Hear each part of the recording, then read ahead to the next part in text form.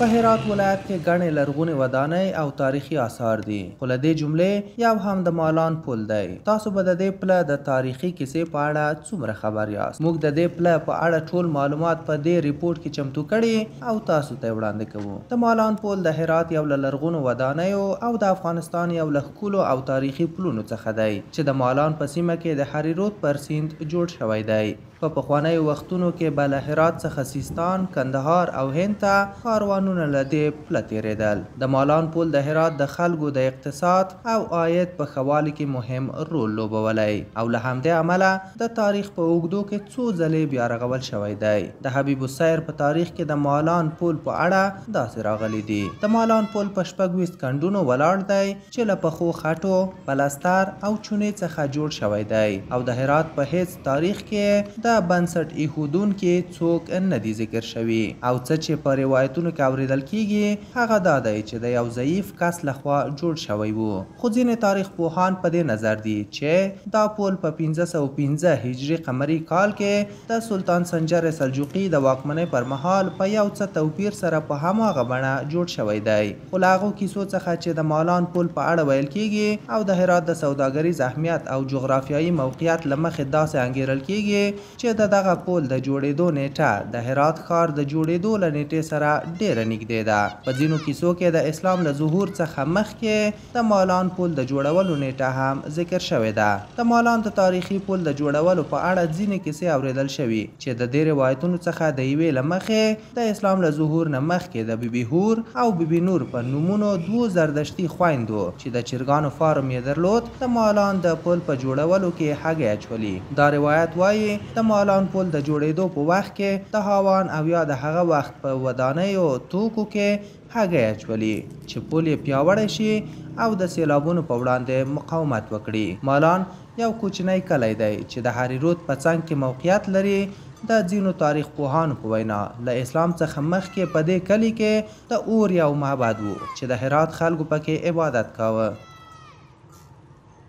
یکی از آباده‌های بسیار تاریخی که قدمت از پیش از اسلام برمیگرده پل مالان است. خوان میر مورخ شهیر هرات میگه که پل مالان در ابتدا 26 طاق داشته که این با آجر و مساله ساختمانی که در همون وقت رایج بوده مانند ساروچ و غیره این ساخته میشه و بعد از این به مرور زمان بخشی از طاقه از این فرو میرسه. روایت هایی هم وجود داره که این توسط دو تا بانو که به نام بیبی هور و بیبی نور اینا در قرن هفتم این پل ساخته میشه و این پل توسط دسترنج از اینا زحمتکشی از اینا پل میسازن و از اون پول شخصی خود این پل آباد میکنن. باز مقدسی میگه که یکی از زردشتی‌ها که در قریه مالان یا در قریه مالین که در او طرف جنوب شهر هرات یا در جنوب هریرود در اونجا واقع هست در اونجا زندگی میکرد. در این قریه همین آتشکده وجود داشته و مردم که به عبادت میرفتن در ایام زمستان و در باران که دریا طغیان میکرده به مشکل مواجه میشدن. این پل مالان رو ساخته. البته اینا روایت های هست که اینا میگن و روایت دیگری هم وجود داره که البته ثبت تاریخه که در زمان ساسانی ها این ساخته میشه در عصر شاپور ساسانی. شما میفهمید ساسانی ها بزرگترین کلانترین تاریخ داشتن. 422 سال اینا در این نقطه اینا پادشاهی داشتن.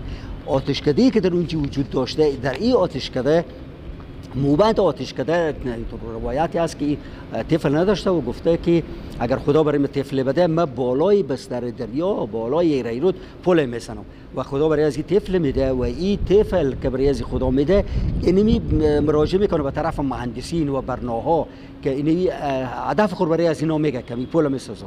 باز این برناها و مهندسین لایقی که در ولایت هرات وجود داشتن اینا برای از این میگن این راجع میکنن به استاد بهزاد فوشنجی. استاد بهزاد فوشنجی کسی بود که تیرپل ساخت، تیرپل بین هرات و توسه او میتونه که نمیتونه پول بسازه، او میسازه پول که البته اینا تاریخ ازی برمیگرده به قرن سوم و به تا قرن هفتم میلادی در زمان ساسانیا. دیگه روایت های دیگه هم وجود داره، ثبت تاریخ هم هست که ابتدایی پل 28 تا طاق داشته. به قول بدای وقایع از زین الدین واصفی این میگه 28 تا طاق داشته و مرور زمان از بین میره. مرمت های در طول تاریخ برای پل وارد شده. این مرمت ها البته از اثر صدماتی که بسی وارد میشه در طول اینمی 5-6 دقیقه اخیر تانکای بسیار قلپیکر که در اینجا وجود داشت، این تانکا از بالا از این عبور و مرور میکرد، حتی تانکا بالا از این استاد میشدن. این صدمه فراوانی دیده بار در سال 1338 قمری این مرمت میشه و آخرین باری که ترمیماتی به این صورت میگیره سال 1402 هست که از طرف ولسوالی انجیل بالا از این اسفالت میشه، نسبت به کندگی هایی که میاد خشتا بیرون میشه بالا از این اسفالت میشه.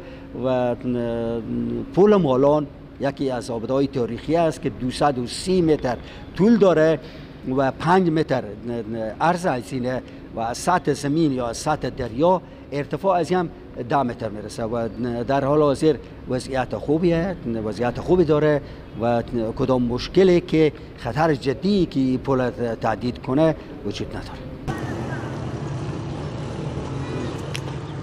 په هغه وخت کې چې د هاري رود پر سیند هیڅ پل نه و، خلک به د اور مندر ته د رسیدو لپاره په سختۍ سره د اوبو څخه تېرېدل. دا روایت وایي چې د مالان د اور عبادت کوونکی بارزو چې اولاد یې نه درلود او تل به یې له بې اولادۍ خفه و، یوه ورځ د اهرام ازدا په غېږ کې راغی او ویې ویل چې که ماته ماشوم راکړې نو د هاري رود پر سر به پل جوړ کړم. څو خلک ترې وګرځي. کله چې دوی د اوبو څخه تېر شول او د اور محبت ته ورسېدل، خدای بارزو ته یو ماشوم ورکړ او بارزو د هغه نوم فریدون کېښود او بیا یې خپله ژمنه پوره کړه او دا پل یې جوړ کړ. د هجري 10مې پیړۍ په پیل کې لیکل شوي دي چې د مالان پل په وروستیو لسیزو کې په تیره بیا د پراخو جګړو په ترڅ کې د دغه پل څو آثار نړېدلي وو او د اساسي بیا رغونې چارې پیل کړې وې. د ډاکار انسټیټیوټ لخوا په 1404 هجري لمریز کال کې د اروپایي ټولنې لخوا تمویل شوی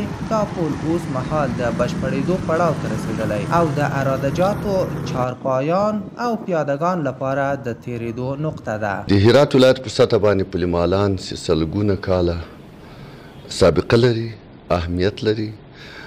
د هرات ولایت په سطح باندې زیات شهرت لري، بلکې د افغانستان په سطح باندې په تېرو وختو کې تقریبا څو میاشتې مخکې هغه کوم سړک چې ولاره و هغه خراب و هغه جوړه سوله، هغه ته تازه رنګ ورکړل سو او هر هغه څه چې ضرورت و هغه وسول او دغه ساتنه وسوله. اوس هم تاسو پوهېږئ پل مالان فعاله ده او خلک آمد و رفت ورباندې کوي. نور به هم انشاءالله نظارت کوو او حفاظت وکړو. د مالان پل اوس مهال 22 سپانونه یا محرابونه لري. د مالان د پله د جوړولو لګښت د هګیو څخه ورکړل شوی. په یوه بل روایت کې راغلی چې دا پل د اسلام له راتګه مخکې د بیبي نور په نامه یوې ښځې لخوا جوړ شوی و چې ډیری چرګان د پله د جوړولو لګښت د هګیو له پلور څخه ورکړل شوي. د مالان پل په هغه وخت کې د ورېښمو په لار موقعیت درلود. هر کله چې په لرغونو آثارو کې د هرات یادونه شوې د مالان پل هم یاد شوی دی. له دې څخه دا جوته کېدای شي چې دا پل ښایي د هرات ښار د جوړېدو په وخت کې وي. یو څه چې کولی شي د دې پل تاریخ ثابت کړي د هغه څه پرتله چې ویل کېږي. د مالان پل په جوړولو کې کارول شوي مواد هګۍ وې. په دې پل کې د ودانیزو توکو په اړه ویل کېږي چې معمارانو هګۍ او د هغې مرمۍ هاوانو د هغه وخت ساختماني مواد لکه ایش او لیمو مخلوط کړي او د پل په جوړولو کې کارولي ترڅو د سیلابونو په وړاندې مقاومت وکړي.